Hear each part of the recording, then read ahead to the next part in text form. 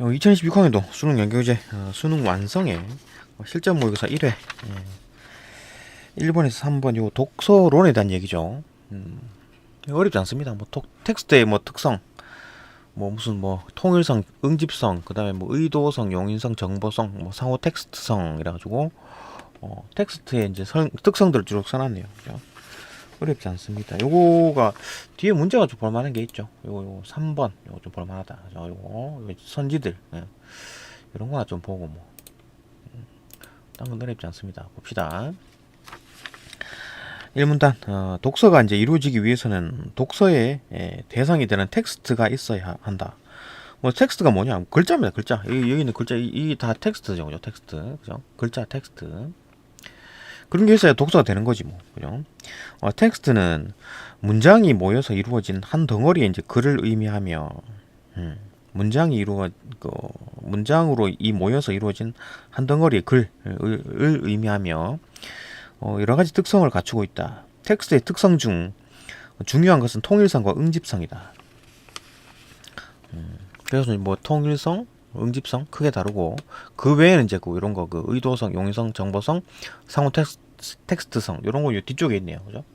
2문단엔 통일성, 3문단은 이제 응집성, 3문단에서는 이제 뭐 의도성, 용의성, 정보성, 상호 텍스트성 이건 설명하면 끝입니다. 자, 봅시다.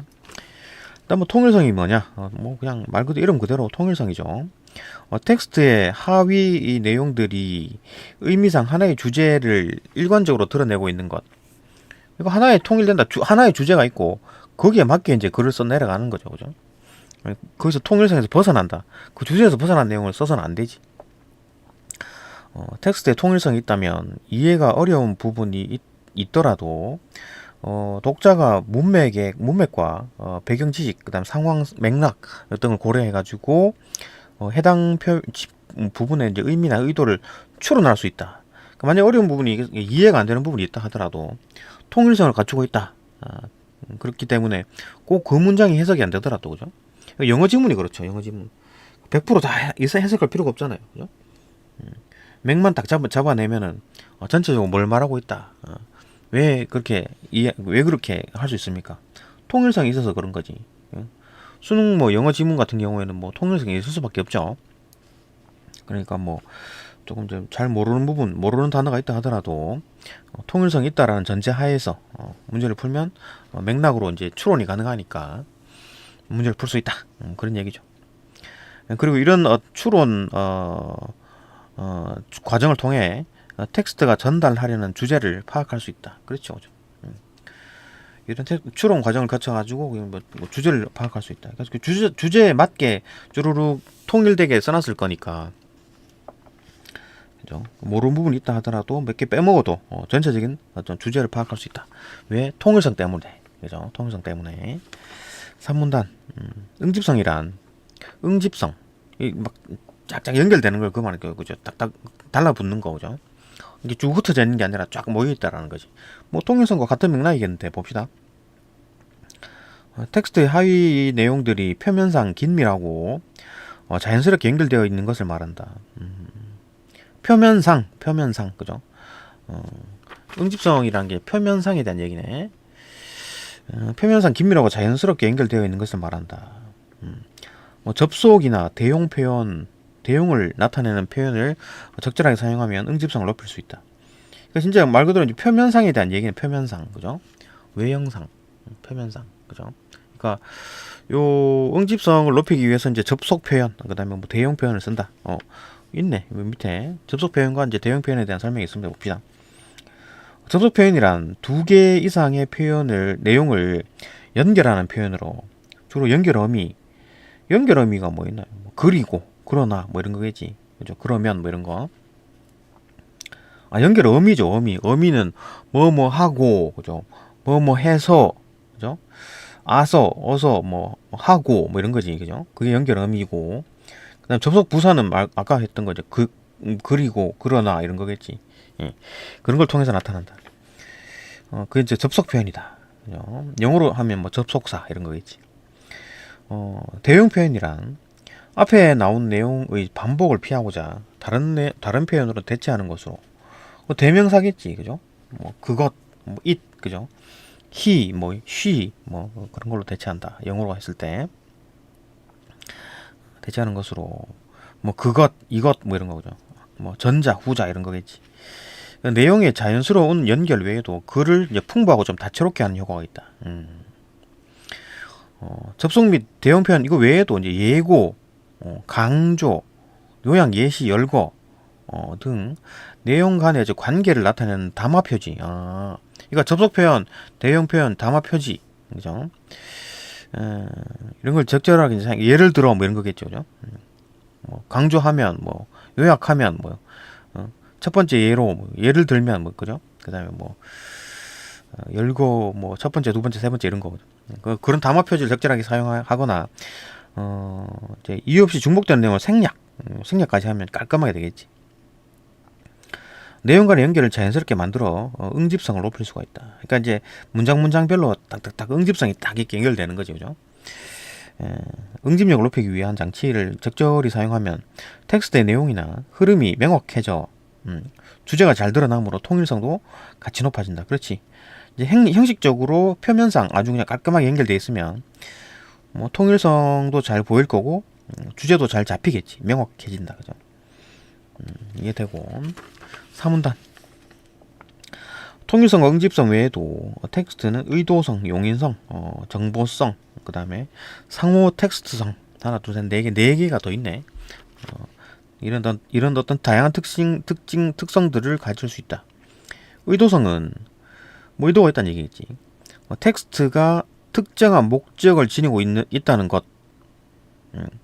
그러니까 이 글자를 써놨잖아요, 그죠? 이게 어떤 목적이 있는 거야. 정보를 전해주고 싶다든가, 아니면 뭐 이 글 쓴 사람의 어떤 생각을 전해주고 싶다든가, 그죠? 뭐 사기 쳐먹고 싶다든지, 뭐 이런 어떤 의도가 담겨 있다라는 얘기지. 의도성은 텍스트가 특정한 목적을 가지고 있다는 것으로 제목이나 내용, 문체 등 다양한 방식으로 나타날 수 있다. 그죠? 어떤 의도를 드러내는지, 어떤 뭐 제목, 내용 이런 거에 뭔가 의미가 있는 것 같은데, 어떤 의도를 가지고 있는 것 같은데, 그죠? 뭐 제목, 내용, 문체 이런 거 다양한 방식으로 나타날 수가 있다. 그럼 용인성 봅시다. 용인성은 용인한다는 얘기지. 뭘 용인한다? 텍스트가 독자에게 의미가 있으며 적합한 내용으로 인식되는 것인데, 같은 텍스트라도 독자에 따라 다르게 받아들일 수 있으므로 같은 텍스트라도 독자가 용인하는 게 다르겠지. 뭐 독자마다, 사람마다 다 경험이 다를 거니까, 그죠? 독자에 따라 다르게 받아들일 수 있으므로 독자의 어떤 개인적 가치관이나 사회문화적 배경이 용인성에 영향을 미친다. 개인적인 가치관이나 사회문화적인 배경 이런 것들이 용인성에 영향을 미친다. 그렇겠지, 그죠? 개인적인 어떤 나는 이렇게 생각하고, 나는 이렇게 생각하고, 뭐 어떤 거에 대해서는 이렇게 생각, 국가관, 그죠? 연애관 이런 거 사람마다 다르죠, 그죠? 뭐 사회문화적인 배경, 뭐 어떤 사회에 살았다, 뭐 이 사람이 뭐 미국에서 살다 왔다, 아니면 뭐 중국에서 살다 왔다, 확실히 다르죠. 사회문화적 배경이 이제 용인성에 영향을 미친다. 그러니까 어떻게 받아들이느냐, 어떻게 용인하느냐, 그죠? 오케이, 그게 용인성이고, 그 텍스트의 자체가 이제 똑같은 텍스트인데도 불구하고 다르게, 독자마다 다르게 해석이 된다. 이거는 뭐 텍스트의 특성인가? 그러니까 그렇게 될 수 있다라는 걸 말하는군요, 그죠? 텍스트가 이제 독자에게 다른 의미로 해석될 수가 있다. 오케이. 정보성은 텍스트가 독자가 알지 못하는 어떤 새로운 정보를 담고 있다는 것을 의미하며, 텍스트에 독자가 몰랐던 정보가 많을수록 정보성이 크다고 할 수 있다. 모르는 정보가 많이 담겨 있다. 그러면 야, 정보성이 높네, 이렇게 얘기하나 보네. 상호 텍스트성 봅시다. 하나의 텍스트가 내용이나 형식 면에서 다른 텍스트와 이제 관계를 맺고 있는 것을 의미한다. 하나의 텍스트가 내용이나 형식 면에서 다른 텍스트와 관계를 맺고 있는 것? 상호 텍스트성이니까. 그러니까 어떤 하나의 어떤 글 덩어리가 있어. 뒤쪽에 문제를 보면, 그죠? 이 텍스트, 이 두 개가 상호 어떤 관련성. 그러니까 예를 들어 여기 있는 내용이 여기 이제 인용이 됐다거나 얘기 나오죠. 뒤에 보면 상호 텍스트 여기 있네. 인용이나 또 패러디 했다. 그죠? 여기서 뭐 좀 따라했다거나 아니면 뭐 기존 텍스트를 변형해 가지고 새 텍스트를 이제 창작했다. 이걸 약간 변형시켰다. 그러면 이제 그 연관성이 있다라는 거죠. 그죠? 상호 텍스트성 연관이 두 개가 연관이 되는 거지. 이거 용 딴소리 하면은 완전히 이거랑 다른 내용을 적으면 형식도 다르다 그러면은 상호 텍스트성이 없겠죠. 근데 이제 여기 있는 걸 인용했다거나 여기 있는 걸 약간 패러디 했다거나 그죠? 그다음 여기 있는 내용을 약간 변형시켜 가지고 조금 새롭게 조금 창작했다거나 그러면은 연관성이 있다라는 얘기잖아. 그죠? 그걸 말하는 거네. 상호 텍스트성은 하나의 텍스트가 내용이나 형식 면에서 다른 텍스트와 관계를 맺고 있는 것을 의미한다. 그죠? 어떻게 관계를 맺느냐? 어떤 그 의미냐? 보면 이제 설명이 있네요. 뒤에 봅시다. 어떤 텍스트에 다른 텍스트의 일부를 인용한 부분이 있거나, 그죠? 인용에 대한 얘기가 나오고, 그다음 기존에 있던 텍스트의 내용이나 형식을 패러디, 베꼈다는 얘기지, 그죠? 베껴가지고 새로운 텍스트를 이제 창작하는 것도 그 약간 형식을 따와가지고 패러디한 것도 상호 텍스트성을 이제 잘 드러내는 사례라고 할 수 있다. 정리하네요. 봅시다. 텍스트가 이런 특성들을 이제 그 제대로 갖추지 못한다면 텍스트가 이제 무슨 몇 가지였습니까? 지금 하나, 둘, 통일성, 응집성 두 개, 한, 둘, 셋, 네 개, 여섯 개. 이런 어떤 특성들을 제대로 갖추지 못한다면 텍스트의 기능을 수행하기 어려우며 뭐 텍스트가 개판이면 뭐 통일성도 없고 뭐 응집성도 없고 뭐 의도성, 용인성, 정보성 뭐 이런 거 없다. 상호 텍스트성이야 뭐 없어도 그 말이긴 한데 뭐 뒤에 건 없어도 되겠는데, 그죠? 이거 두 개가 통일성이나 응집성 이런 게 없다. 그러면 글이 막 중구난방이 되겠죠. 이 뒤에 나오는 문제 보면 이게 B처럼, 그죠? 이 엉망진창입니다. 글이 뭐 이런 것처럼 되겠지. 그죠? 그 텍스트의 기능을 수행하기 어려우며 독자 또한 텍스트의 특성을 고려해가지고 독서를 해야 어떤 의미 있는 독서가 이루어질 수 있다. 그 독자도 이제 생각을 해야지, 그죠? 그러니까 이제 뭐 통일성이나 응집성 이런 걸 생각을 하고 머리에 생각하고 의도성 무슨 의도일까 제목 이런 거 보고, 그죠? 용인 사람마다 다르게 해석할 수 있다 이런 거 생각해 보고 정보가 이제 내 새로운 정보가 많이 들어있는지 없는지 그다음에 상호 텍스트성 뭐 이전에 읽었던 글이랑 지금 읽었던 글이랑 혹시 뭐 인용된 게 있는지 아니면 뭐 패러디 된 게 있는지 살펴보면서 읽으면 좀 의미 있는 독서가 이루어질 수 있다.